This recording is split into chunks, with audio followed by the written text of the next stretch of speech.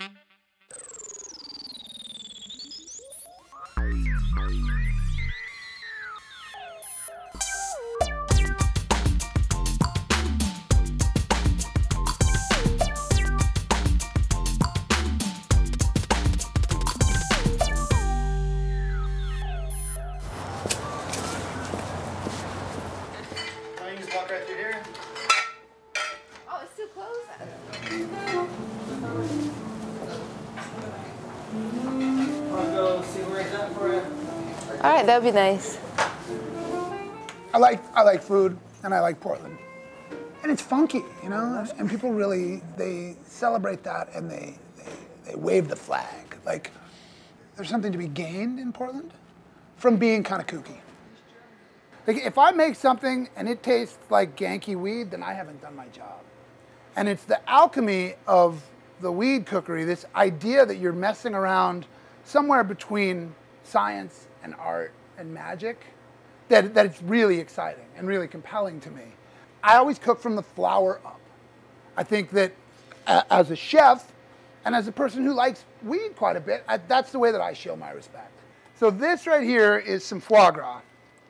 It's a mousse that has exactly 1/2 milligram of THC to 1 milligram, or 1 gram, excuse me, of the foie gras. And I don't have a lot of places in my life where I'm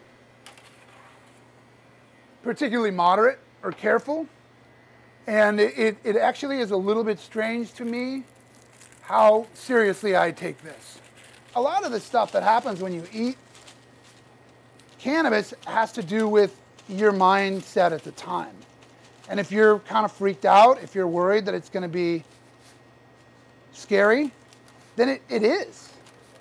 And so I think if I can tell people exactly what I'm going to give them, how I'm going to do it, then it allows them to settle down a little bit and actually enjoy.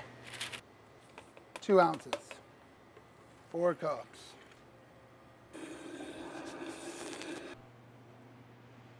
Borage. So there we go.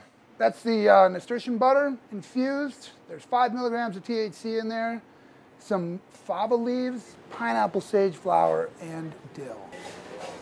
Portland is getting to be a bigger city, but it remains, I think, in the national eye, an idiosyncratic city where people that have strange beliefs or kind of hippie proclivities can feel okay.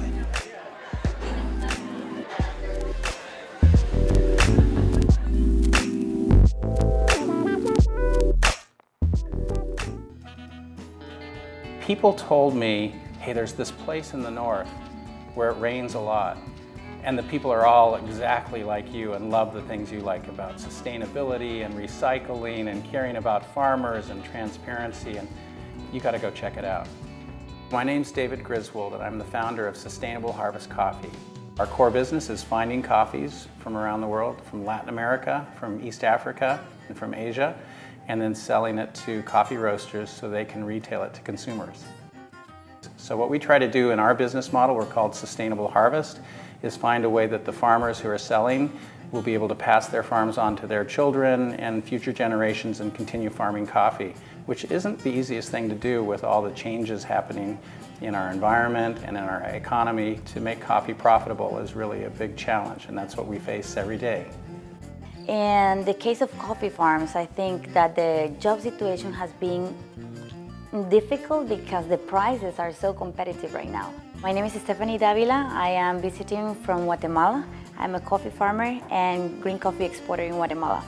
I totally believe that the current commercial models are not working for the farmers, and that is one of the reasons I am here, because I'm looking for further opportunities to expand my business, but getting closer to the people who consume the coffee. We think one thing that can be done to help farmers is to get them connected directly to the people who sell their coffee, and so that there can be an empathetic relationship between the buyer and the seller. We call that relationship coffee. And by empathy, it means really understanding, what does my producer need to survive? It's not that different than when you might go to a farmer's market and meet the farmer and hear a little bit about what does it take to grow tomatoes or strawberries or whatever it is they're selling. You start to understand their life a little more, and you sometimes say, you know, it's more expensive maybe what I'm buying here than at the grocery store, but I feel good about my purchase. Actually going to a polling station and casting a vote, you can do it with your dollar. That's the one place.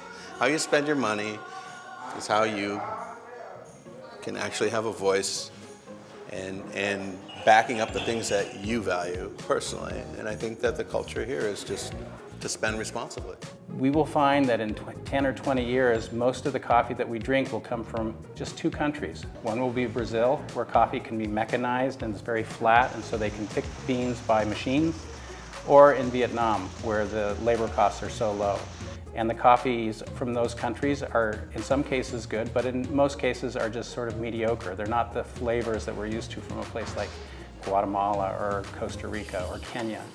And so our fear and our concern at Sustainable Harvest is, how do we make those farms profitable in those places so that coffee can be really a taste of place that spans the whole world.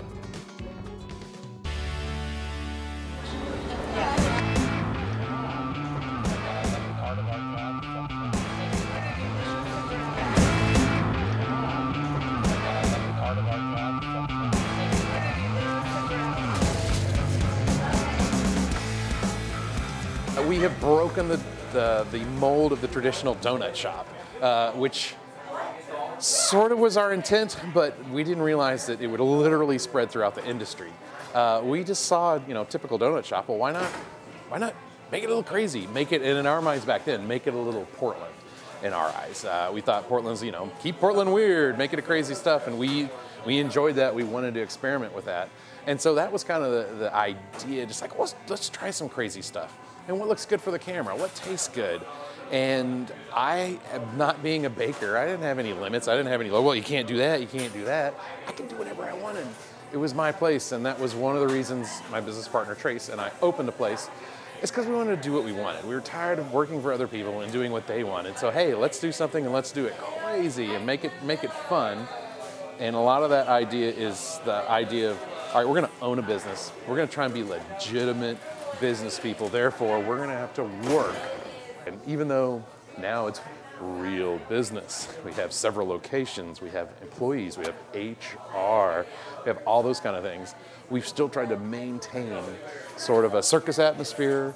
How many different donuts do you make?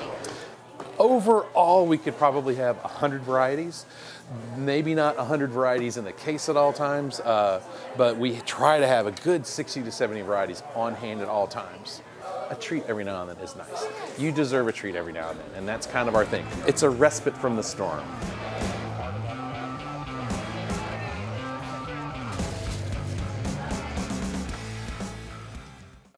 I just don't understand how all the young people, only when it's their family member or one of their friends, do they care that a life has been lost. But all life is precious. You're right. All life should be savored.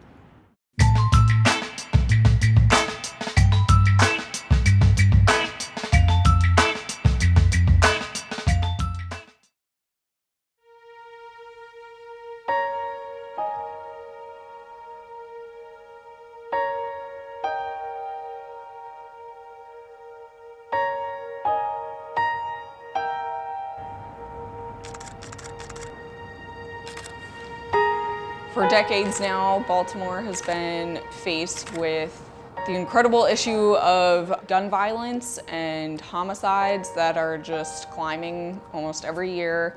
It's directly connected to the drug trade, which is directly connected to poverty. The end of 2015, I heard the number 344. That was the most homicides in Baltimore City for the city's history. Hearing that was pretty disturbing to me. I knew I wanted to do something about it, but I wasn't quite sure what. I'm Amy Berbert. I am the photographer behind Remembering the Stains on the Sidewalk, which is a photography project where I return back to all of the homicide locations in Baltimore City. I go back on the 1-year anniversary on the same day that the violence occurred, and I go back at the same exact time.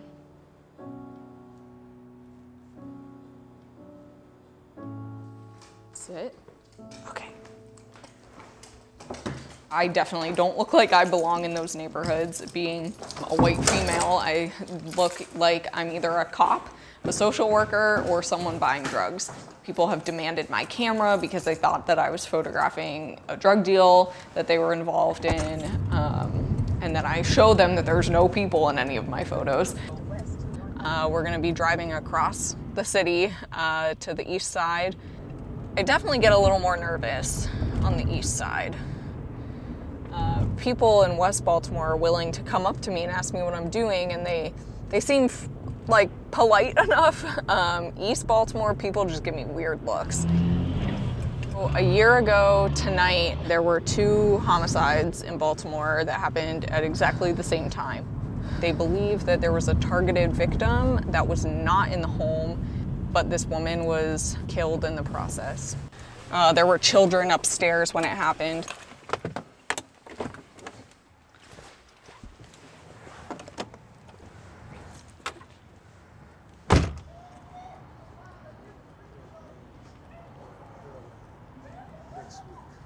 Hi. Good, how are you? Look at it, beautiful. Yeah. And her name was Tajay. My understanding, she was just in the house, right? Someone broke in and she was not even the target. She wasn't a bad person, innocent. And she had a daughter. She was fun to hang around. We used to go trick-or-treating with her for real. And she was just about her and her daughter for real, stay to herself. She had a daughter? Yeah, she was only 3, but I think she's 4 now. Okay, that's awful. Jesus, have mercy. So I am an artist in the city. I am doing a photography project called Remembering the Stains on the Sidewalk. I go back to all of the homicide locations in Baltimore City on the same day at the same time, and I take a photo where it happened, so. I just don't understand how all the young people, only when it's their family member or one of their friends, do they care that a life has been lost. But all life is precious. You're right. All life should be savored. Nobody's life is to be thrown away or disregarded. Yeah. 20 years old, just living life. And she's just a baby. Yep. She's just a baby. She was just beginning her life. I know. And how old was her daughter, you said, big guy? I think her daughter was like 3 or 4. My gracious in life. Lord. Rest in peace. Take that baby right now. Okay.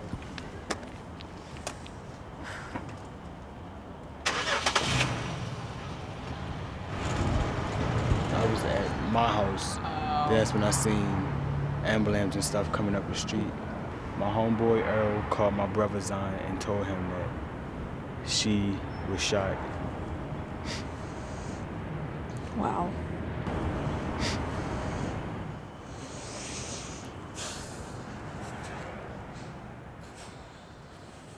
So it was 3614 was the house. I'd love to get this too, though.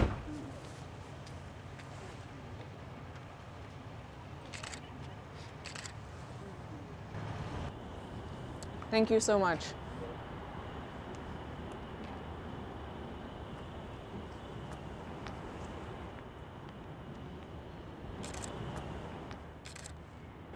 I want people to be able to look at these photos and imagine that they're standing there and that this person is dying. And suddenly they feel this emotional connection through this photo, and they can see the victims as individuals and as human beings that, you know, otherwise were just a number.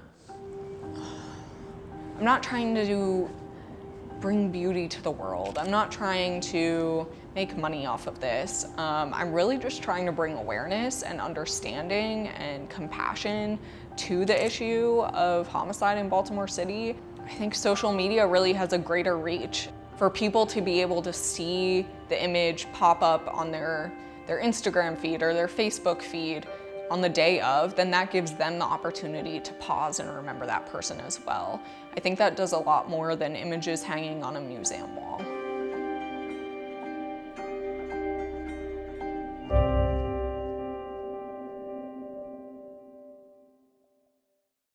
Inside every wolf dog is a war.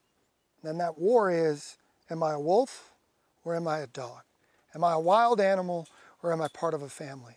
Inside every combat veteran, just like me, there's that struggle like, am I a husband or am I an infantryman?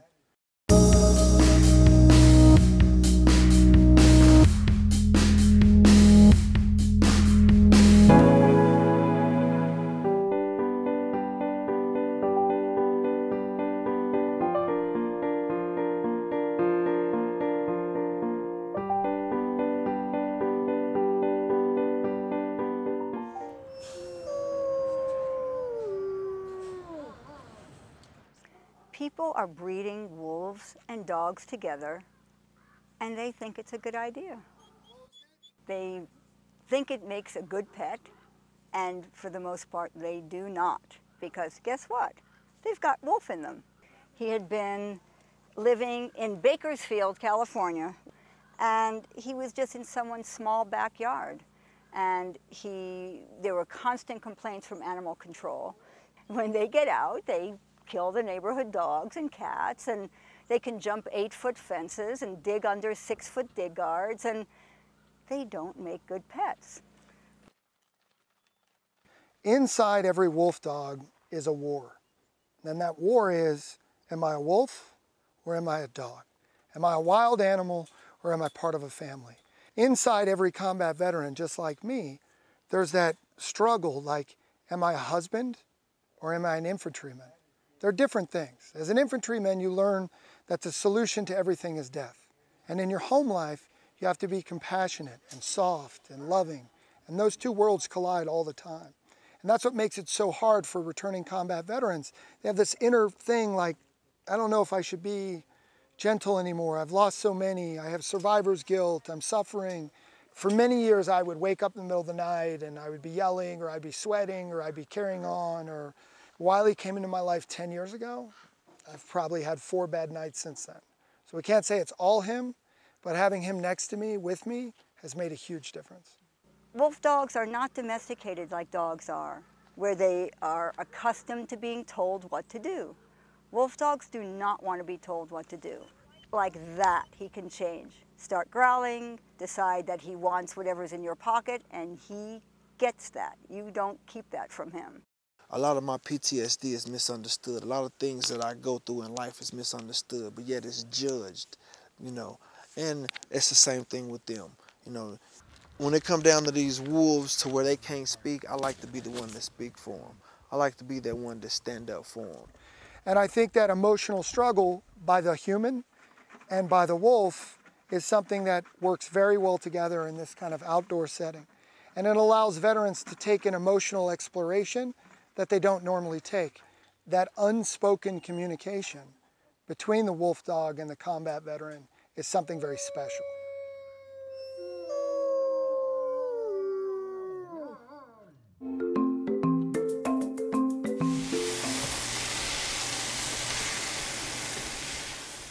This is a community living. All the time we are together. We are taking teas, we are having our food together, we are talking, we are having spiritual classes, we are having yoga, we go for a walk together. Nobody is lonely here. Living here in America as the son of immigrants, I've realized that there's unique needs that immigrants have. I started this because I was thinking about what I could do for my parents and how they could live. The children are so busy nowadays. So they are all the time working, taking care of their kids. So we don't want to interfere in their lives. So it is better to have independent living. That's what I feel. Traditionally, in many cultures, there's been this idea of extended families living together. But what we found is that's really changed. That old system was based on a different time when women were in the house, really taking care of, in many cultures, their husbands' parents. Obviously, the role of women in society has changed globally.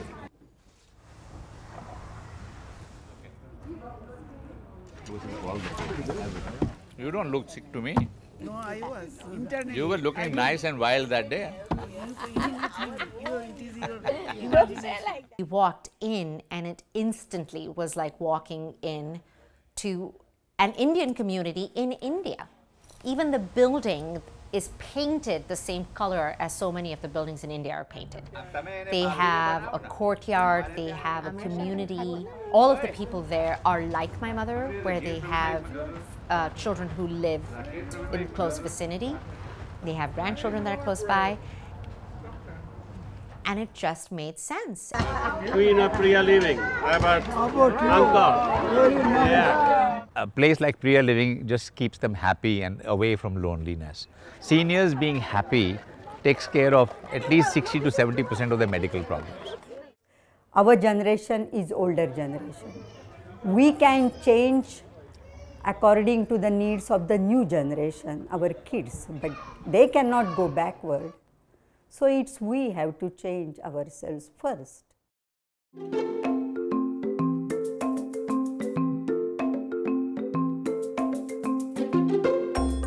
Anybody wants to cuddle me. This kind of robot is the next step, because Amazon Echo, Google Home can't move. They are not alive. It's not a character, Here's a sharpener for you. Keep your mind sharp. This is like a humanoid. It's good for maybe elderly, for children, actually for adults to have interaction. I don't know. I mean, I guess it really depends on what you would use it for, and what it would do for you. This surely looks nice over here. I think today people, they don't have time to spend time with elderly people or with children. And using that, it's just perfect because it looks like a human, interact like a human, and it's a gentle product. Mary, Megan sent a new photo. Would you like to look at it?